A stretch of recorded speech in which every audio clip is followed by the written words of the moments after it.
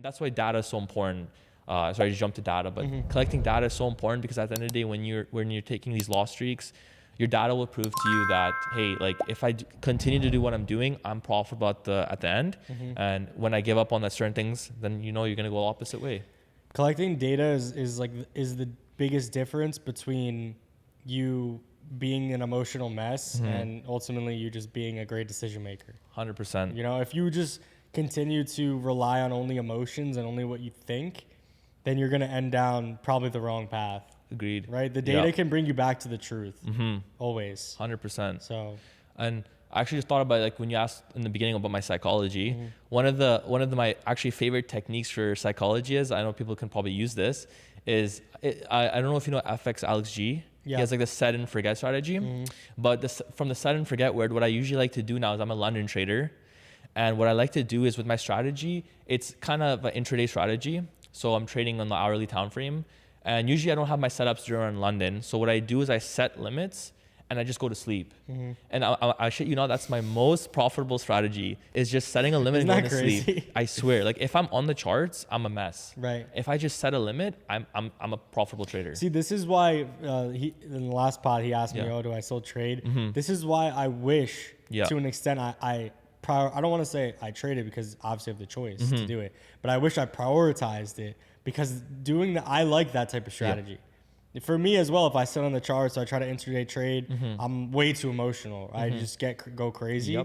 But if I do that set and forget type strategy where I'm doing my TA, I'm doing my fundamental analysis, it all lines up, boom, put it on, don't look at it until it hits TP or 100%. Stop loss. That is a legitimate way to go about doing this. And there'd be times where I would get tapped in before I sleep, and I would have the worst sleep of my life. But hey, if you're gonna make money, you know, you can sacrifice some sleep.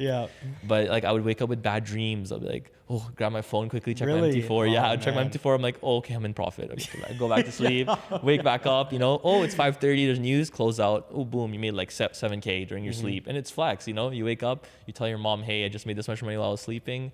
So you know, it's pretty cool. But like. Ultimately behind that is like, you're not there to mess with your trade. You're not there to, oh wait, what if it gives me a deeper entry? Oh wait, what if it, you know, it's gonna put you in, it's gonna hit your stop, or it's gonna go into your TP. So I have a question. If you were to do these stop loss, these limits, right? These limit orders before you go to sleep, the next day, when would you check it? So what I usually do, my rules is, if there's big news, I would like to get onto the charts right before, like I'd set an alarm on my phone. Let's say there's news at 5:30 NFP is dropping. I'd wake up around 5:25. I'll see where my trade is. My trade's deep in profit, I'd just close it out. If my trade's break even, I'd close it out. If my trade is in a bit of near my stop, I'd still close it out. And the reason being is I can't risk NFP going in the wrong direction and completely blowing my account, especially it's a prop firm account, right? So that's my rules of that. But usually what I like to do is if I'm happy with the profits, I'll just close out. And I think a lot of traders forget that at the end of the day, like you're running 6K. Do you know how much money 6K is? We're actually having a talk about this earlier before the pod, how like we're so desensitized to the amount of money we're making on the markets. Like we would go out here and be like, let's plan a trip to Mexico. You know, it's like going to cost 2K. And we're like, whoa, that's so much money. But here you are, like you see 2K in the market. You're like, that's nothing. I want more. Do you know what I'm saying? Like people are so desensitized to money, and it's crazy.